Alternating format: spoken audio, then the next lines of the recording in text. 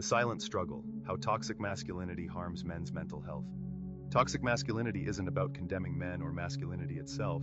It's about recognizing and challenging a narrow and harmful set of expectations placed on men. These expectations glorify dominance, emotional suppression, aggression, and self-reliance to the point of isolation. While society often focuses on how toxic masculinity hurts others, it's just as important to understand how deeply it harms the very men it pressures. Let's get into it. Emotional suppression. From a young age, many boys are taught that vulnerability is weakness. Phrases like "man up," "don't cry," or "be a real man" become internalized, sending the message that expressing fear, sadness, or anxiety is unmanly. Over time, this emotional suppression can lead to difficulty processing feelings, increased stress, and a disconnect from one's own emotional reality. The result is often a buildup of unspoken pain that can contribute to depression, anxiety, and even substance abuse. Stigma around seeking help. Toxic masculinity often equates asking for help with failure or fragility. As a result, many men hesitate or outright refuse to seek therapy, open up to friends, or access support networks. This isolation can deepen mental health struggles, leading men to suffer in silence. Tragically, this contributes to higher suicide rates among men, particularly middle-aged and older men, who may feel that they have no acceptable outlet for their pain. Pressure to perform.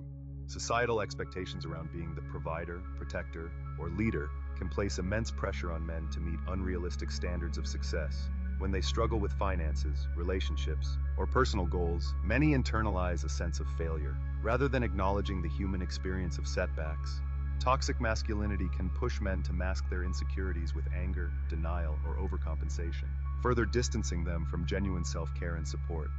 Impact on relationships. When men are taught to bottle up emotion or view empathy as weakness, it can erode their ability to form healthy, intimate relationships. Difficulty communicating needs, managing conflict, or showing vulnerability can lead to strained romantic, familial, and platonic connections. This isolation not only hurts others but feeds a cycle of loneliness that damages self-worth. Breaking the cycle. Change begins with redefining what it means to be a man, not by listening to what a select few try to convince us it is. Healthy masculinity embraces the full range of human emotions, encourages connection, and values empathy as a strength. Therapy, peer support, open conversations, and role models who defy toxic norms all play a part in changing the narrative.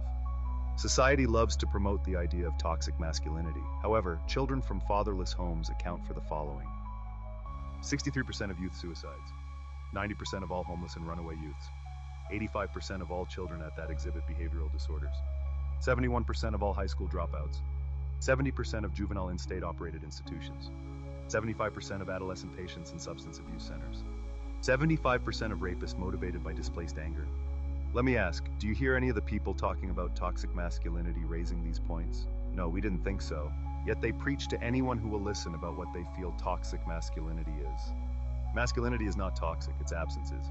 Men deserve more than the rigid, isolating script of toxic masculinity. They deserve emotional freedom, mental wellness, and the right to be whole, complex human beings, not just caricatures of toughness. There are links in the description that will allow you to explore this topic further. Pass this on to anyone you know who might need to hear this, and let's all keep strong and safe together.